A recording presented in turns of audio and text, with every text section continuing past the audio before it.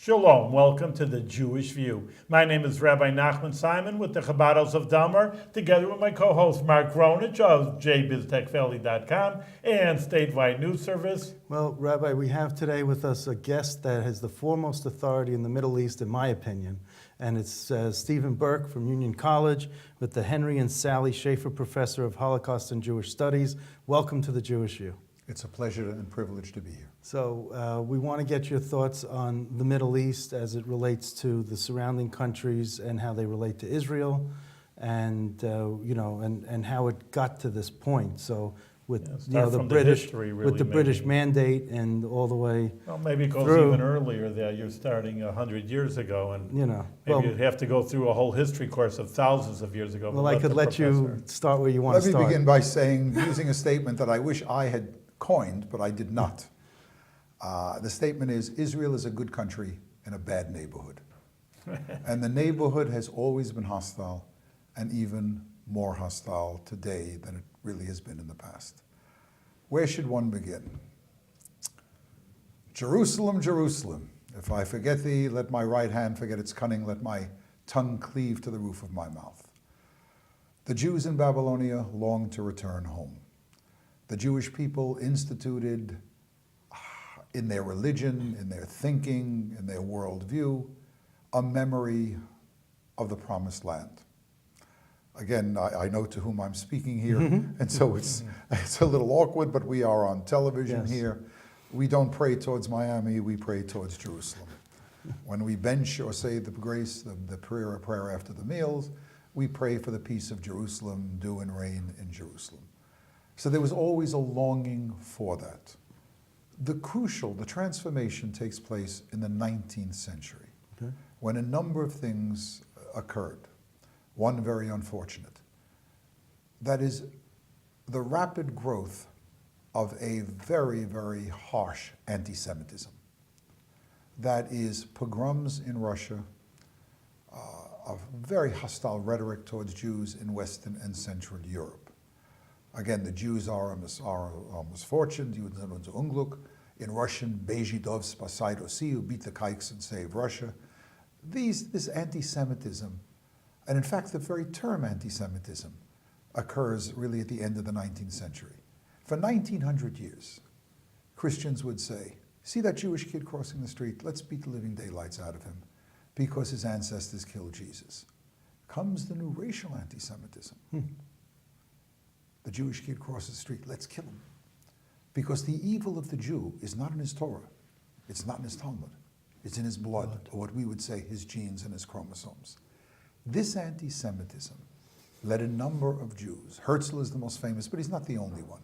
Pinsker earlier in Russia, Hess earlier in the German lands, had come to the conclusion that the Jews had exhausted their possibilities in Europe. It's time to get out. We've got to get out. In addition to that, there was the success of nationalism in Europe. The Italians get Italy. The Germans get Germany. The Ukrainians want the Ukraine. They will not get it. Still, it's a matter of course whether they're really going to get it. But they wanted it. These nationalist movements led Hess as early as the early 1860s to say, in effect, it's over for us here. If the Italians can get Italy and Rome is their capital, why can't the Jews have the ancient homeland, Israel, Palestine, and Jerusalem as their capital? So the combination of anti-Semitism and the nationalism and the acculturation of Jews. Jews became familiar with the indigenous languages. They knew about nationalism. They knew about they knew about the anti-Semitism. This is going to lead to the creation of a Zionist movement. Okay, so why that specific plot of land? If you're saying Israel's a good nation, a bad neighborhood, why not just move to a better neighborhood? Why does it have to be that plot of land? There were people who said that. You're absolutely right, Mark. There were people who said, let's go to Arizona. Let's go to Australia. There were people who said that. But again, and even Herzl, appalled after the Kishinev pogrom in 1903, Herzl said, we'll never forget the dream of going to the ancient homeland, and eventually we will get there. But we've got to have a place where a Jewish mother can rest comfortably, knowing that someone will not put an ice pick through her son's brain. So maybe we ought to go to Kenya Uganda, places like that. But the heartland of the Jews was always Eastern Europe. And even for secular Jews, for religious Jews, again, we get into now a sticky thing here.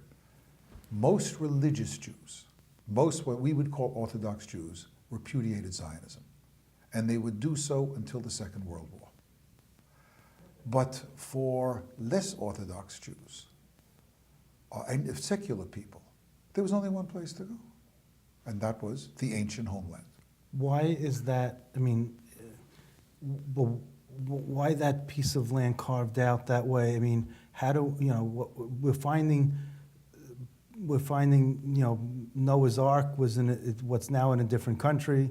We're finding other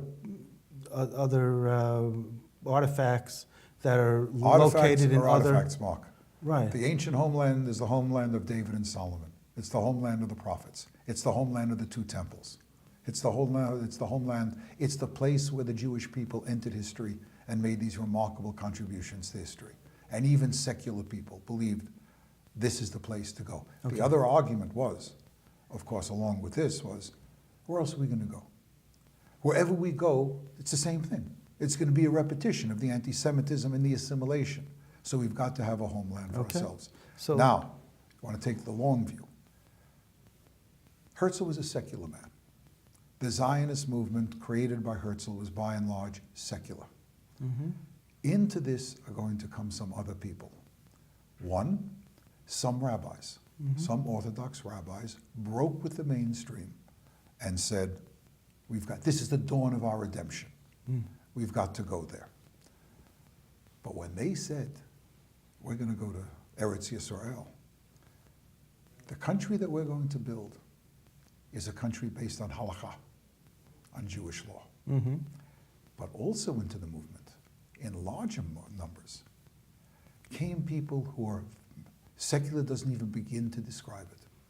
These were highly secular, assimilated people, but they retained their sense of Jewishness. And many of them were socialists. Mm-hmm. Many of them were Marxists. Mm-hmm. And they said, when we get to the Jewish homeland, no halakha, we're going to create a Jewish homeland based upon secular and socialist principles. Now here's what they didn't teach you in the yeshiva, and here's what they don't teach in the Hebrew schools. Some of those chalutzim hop from bed to bed. Sexual fidelity, that's a bourgeois concept, they said. Some of those first settlements raised pigs and ate pork. Mm-hmm. They were breaking with the old ways. Now, to deal with so many subjects here, that is a problem that has continued down to the present day. Right. What kind of a Jewish state is this going to be? What I'm asking about, exactly. That's it. I tell the students the first day of every class, you cannot explain the present by the present. Everything has a past. This is the past. Why is it that they throw rocks at people in B'nai Brak will throw rocks at people who drive through the streets? Well, this is a conflict that goes back to the end of the 19th century. What kind of a country is this going to be? Now, in addition to that, of course, there was something that some Zionists, not Herzl. Herzl was a smart man, and he was an observant in the sense that he knew what was happening. You want to hear one of the dumbest statements that was ever made? Sure. This is really dumb. The people without a land is going to the land without a people. At that time, there were 500,000 Arabs in Palestine. That becomes the second problem. How do you deal with this issue, these people who are not Jewish, who see the land as theirs, and have been there for a very, very long time? To really cut to the chase, the genius of the Zionist movement was that most, not all, but most Zionist leaders said, we'll take half of a loaf of bread. Better than none. Better than none. Mm-hmm. The tragedy of the Arabs has been a position, it's all ours. Every single inch of this is ours, and we will not give up a single inch of this land. That's the tragedy of the Arabs. Now, what Herzl could not achieve was achieved during World War I. And that is, We may curse the British from today until doomsday. They did some nasty things later on. They restricted Jewish immigration to Palestine while the Jews were fleeing the Nazis. They tilted towards the Arabs in 47 and 48. But there is no question, virtually every historian has to concede the point. Without the Balfour Declaration of November 2nd of 1917, there would never have been a Jewish state in 1948. Herzl could never get the support of a great power to support Zionism. But because of certain circumstances in World War I, the second greatest lobbyist in Jewish history, Chaim Weizmann, was able to persuade the British, and British had their own reasons. Sure. Now, for the audience and ourselves, but who's the greatest lobbyist in Jewish history? Moshe Rabbeinu, right? He's the greatest. But second is Chaim Weizmann. So Weizmann, again. But the Balfour Declaration wasn't just because of a love for the Jewish people. Yes, you're absolutely right. Some of it actually was. Balfour, in his diaries, makes reference to the fact that the Jews have been treated horribly by Christians over the centuries. This is one of the ways that we can set things right. But you are absolutely correct. National interest was the determining factor. In World War I, the British, up against the wall, exaggerate the role of Jews in the United States and in the new Soviet state, and believe that if you do something for the Jews in America will make America come into the war, and the Jews in Russia will keep Russia in the war. And the British also believe, do something for the Jews, give them a Jewish homeland when the war is over, and when we divvy up the Ottoman Empire, the influential Jews and the wealthy Jews, the British exaggerated Jewish wealth and influence, that these Jews will support our claims in the Middle East. But the problem is going to be the problem that continues down to the present day. The Arab rejection of Jewish settlement in that land. So There were Jewish settlements, just to be clear, not only from the 1900s, they were a lot earlier. So maybe, like you're saying, I'm not disputing your facts, 500,000 Arabs were there, but there was always a Jewish presence. There was always a Jewish presence, and for probably 100 years, going back to the middle of the 19th century, there probably was a Jewish majority in Jerusalem. There were always Jews that were there. But in terms of the population, really the overwhelming majority of the population was Arab. Now the Jews are coming in, the British are supporting this, and the Arabs have a problem. I have a question that goes from one end of the timeline spectrum to the present day. But when you read the Torah, it says that this is the Jewish homeland, Israel, and that this is our homeland, and this is where we have to go. But the Canaanites were already there, and why would Hashem want us to kick out someone else when there was so much vacant land? This is before the first temple, the second temple, all the temple. Why would we have to kick someone else out in order to satisfy our own nationalism? All right. Now, that's a very good question, Mark. I don't want to poach on the rabbi's territory here. No, you're not. But the Torah also makes clear, remember, that God, Hashem, is allowing the land to spew these people out because of their abominable practices, their beliefs, and what they did. Child sacrifice, for example, sexual orgies, for example. The land is going to spew them out. And the warning to the Jews, to the Hebrews, they're not called Jews at that time, or the Israelites, the warning there is, watch out. I mean, the blessings and the curses. I mean, I don't mean to poach on the rabbi's territory here. It's very clear. You emulate the people of Canaan, you're out of here too. And why do they have to go? Well, because they will act as a magnet, attracting your people.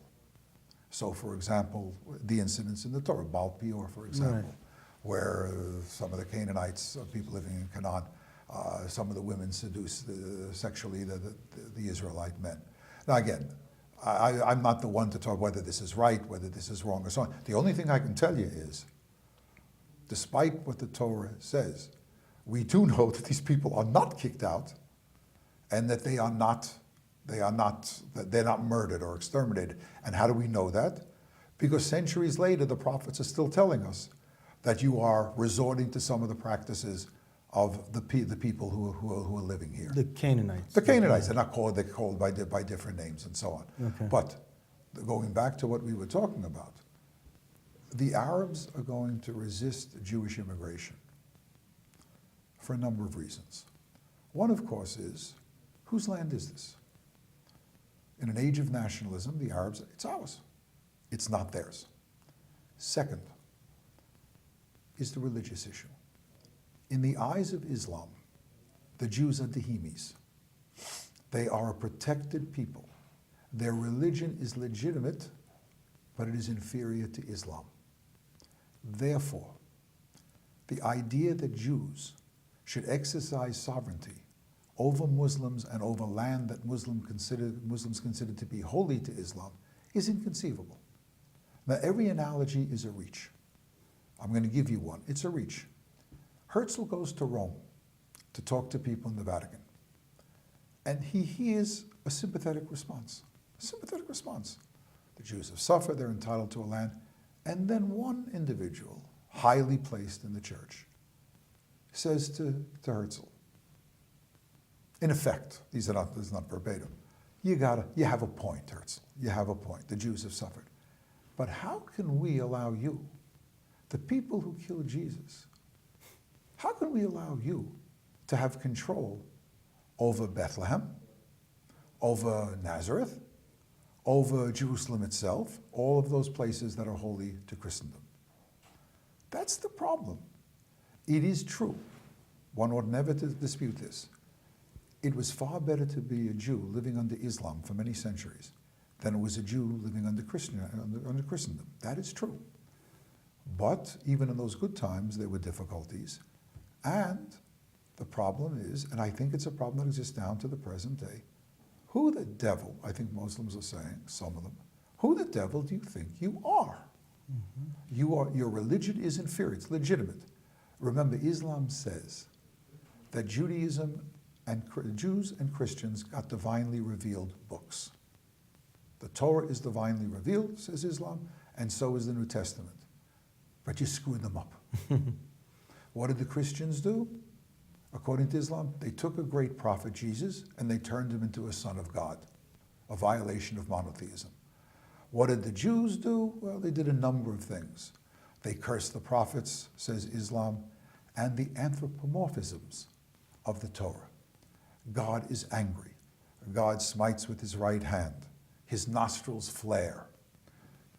That's a violation, says Islam. A violation of monotheism. You're attributing human characteristics to God. The Jewish response, of course, is the Torah has to speak in a language that people understand. So the point here is it's a religious conflict, it's a national conflict, and it's a cultural conflict. That's right. Now, the cultural conflict is a very interesting one. Just give me a minute here. Please, go ahead. It's this one. If we were in Europe, it's 1900, and we're all on the left, let's say, and I'm your instructor, your Marxist instructor, and I said to you, comrades, comes the revolution, we're going to free the most oppressed people in the world. And then I say, who are the most oppressed people? Well, the workers, proletariat, certainly that's a good answer. Black people.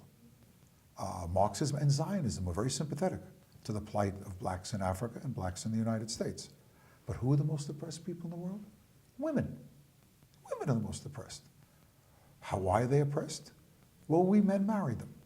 We turned them into baby makers, sexual slaves, and to domestic workers. Comes the revolution, we're going to free women. Well, some of those Chalutzim who are going to come to Palestine, they will free women. They really will, I said before. Some of them will hop from bed to bed. Woman wants a divorce, boom, gets a divorce. Sexual freedom, sexual freedom. The women dress like men. The women carry guns. The women do guard duty. The Arabs always knew the rabbi is correct. There were lots of Jews, there were thousands of Jews living in Palestine long before the Zionist movement. They had long beards. They were religious people. They observed Shabbat. They observed Kashrut, most of them. And their women were modestly dressed, much like Arab women. Comes the Zionist movement, particularly the left wing of the Zionist movement. Women now occupy a different role, and now there's a cultural reason for despising the Jews. So take it all together, religion, nationalism, and cultural reasons, one is going to find a great deal of hostility directed towards the Jews. And it manifests itself, of course, in that crucial year of 1948. But Wow. take it to the modern day, unfortunately, I mean, it's not just animosity, it's an outright hatred. I mean, just an and then really to the Western world also. I mean, it's not only to the Jews, they hate the United That's States correct. as much. That's correct. There's hatred towards modernity on the part of some of these people, hatred towards the Western world, frustration with their lot in life, and a belief on the part of many of them, particularly in the extremist organizations, that the only way to achieve our goals, to make the Arab people great again, to make Muslims great again, is to go back to the original time, the 7th century, the time of Muhammad, the time of the Quran, for example. And this presents some problems because the Quran has some very nice things to say about Jews on occasion, but some very hostile things to say about Jews. And then there is the Hadith, the sayings and the practices of the Prophet Muhammad. Even Muslim scholars debate as to whether or not Muhammad was really saying all of these things that are to be found in the collections of the Hadith. But there's one Hadith, there's one of these sayings that is now used all the time by Hamas, by Islamic Jihad, by Hezbollah, and by some very, I would say, extremist clerics, even in Egypt, even those connected to Al-Aqsa, the Harvard of Sunni Islam. The Hadith runs something like this. On Judgment Day, the rock will say to the Muslim, Muslim, there's a Jew hiding behind me, kill him. On Judgment Day, the tree will say to the Muslim, Muslim, there's a Jew hiding behind me, kill him. Now, every religion, including Judaism, has in its writings some hostility directed towards people who are non-Jews. But you're hard-pressed today to find someone who goes on television and says makes racial slurs against non-Jews. The Israeli government will not tolerate it. Not tolerate it. Now, again, Rabbi Kahana, for example. Rabbi Kahana and his movement will be castigated by the Israelis. Party will not be allowed to participate in elections. I happen to think that he wasn't a racist, but the Israelis thought he was a racist. Israel is very, very sensitive to this. He's been up to the University of Albany campus when I was a student. Yeah. I had a chance to interview him several times. It was amazing. He was a very articulate speaker. Yeah. He got carried away at times, and that's what really Yeah. got people against him. And the fact that some of his followers resorted to violence, Right. that also antagonized people.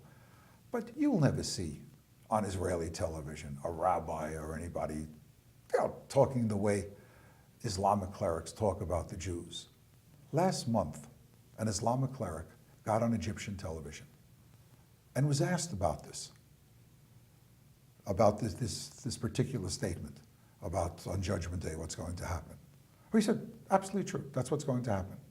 And the interviewer asked him, do you mean on Judgment Day the rock is actually going to talk? He said, yes. The tree is going to actually be able to speak? He says, absolutely yes. And on Judgment Day, all the Jews will die. Now, what is happening here is a national and cultural conflict, particularly a national conflict, takes on a religious dimension.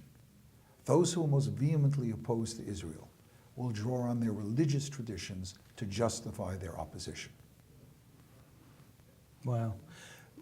I've always been curious about these bombs that ISIS and Hamas have been aiming at Israel. Why do you think that, and I know you're not a prophet, you're only a historian, but that they're not aiming it at the big, like the Western Wall? Why are they not aiming it at structures that would really cause a lot of hurt, more so than killing people. Killing people elicits a reaction. Everybody knows you're there. Everybody knows you're there. If you kill people. Besides, blowing up the wall or blowing up some of these, let's say, holy places, Right, structures. structures, antagonizes a good part of the world. And I'll get to cut right to it. Kill people, you weaken your enemy. That's what it really does. You blow up the wall, well, you rebuild the wall. You blow up this place, you rebuild. You can't bring back the dead. And that's really the issue. You want to hurt these people. You hate them. I thought there might have been some religious reasons why they wouldn't, or do they think that, okay, like they blew up the World Trade Center, if you blow up the Western Wall, maybe that's going to be the trigger that the United States needs to go in there and really, well, blowing take up a 9/11 is the trigger. I mean, if they blew up the Statue of Liberty, Americans would be incensed, absolutely incensed. Would it justify an invasion of Afghanistan? I'm not sure. Kill 3,100 Americans? right, That's a different story. gotcha. Just even though you keep on saying not a prophet, but I know from history you're supposed to learn about how to deal with the present situation. What do you see for the Middle East? I mean, again, I know you're not a prophet, but I mean, if you would be in the Washington diplomatic corps, I mean, they have to have that question. They have to deal with it, or the Israeli situation. How are we going to deal with, everybody we want peace. Israelis in Washington wants peace. How would you deal with it? I have no answers. A good question and a difficult one. My students accuse me of a multitude of sins. Waffling is not one of them. So I'm not waffling here. The problem in Washington is, how do you balance American interests with the interests of our ally Israel? So you see how the balance takes place here. President Obama will condemn Hamas. Israel is right, he says. Israel has the right to defend itself. Then in the second sentence, the Israelis are acting disproportionately. We are very concerned with civilian casualties. He has to say that because the United States has interests in the Islamic world, and those interests may be damaged, and Americans may suffer as a consequence of this. And when the Maybe news oil? media, Are you talking about oil? No, not only oil. No, not only oil. but when the news media chops that up, That's depending correct. on which news media it That- is, that- Al that- that Jazeera is correct. or That is correct. Israel, they'll take the one that they'll take one of those two sentences. That is correct. So the United States has different interests. Israel's primary interest is, of course, the security of its people. Now, how do you get out of the bind? In the end, this may offend some of your viewers, in the end, Jabotinsky was right. Jabotinsky, Okay. the Zionist, the revisionist leader. Not so much in what he wanted, a Jewish state on both sides of the Jordan. That's utopian. It's not going to be. Probably not even to hold on to all of the West Bank. But the main thing that he said was, they hate our guts. And they're going to hate our guts for a long time. What we have to do is to surround ourselves with an iron wall.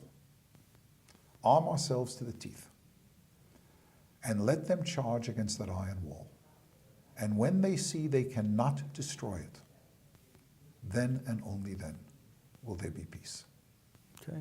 That's a good way to end the program because we are out of time. Really, again, we just say you have a major issue, and the professor has a half hour to explain everything to us, which should be, it is written with books and statements. But in any case, Professor, thank you for being on the Jewish View, and continue the good work of teaching, and do it with good health. Thank you, So Rabbi. good to see you here.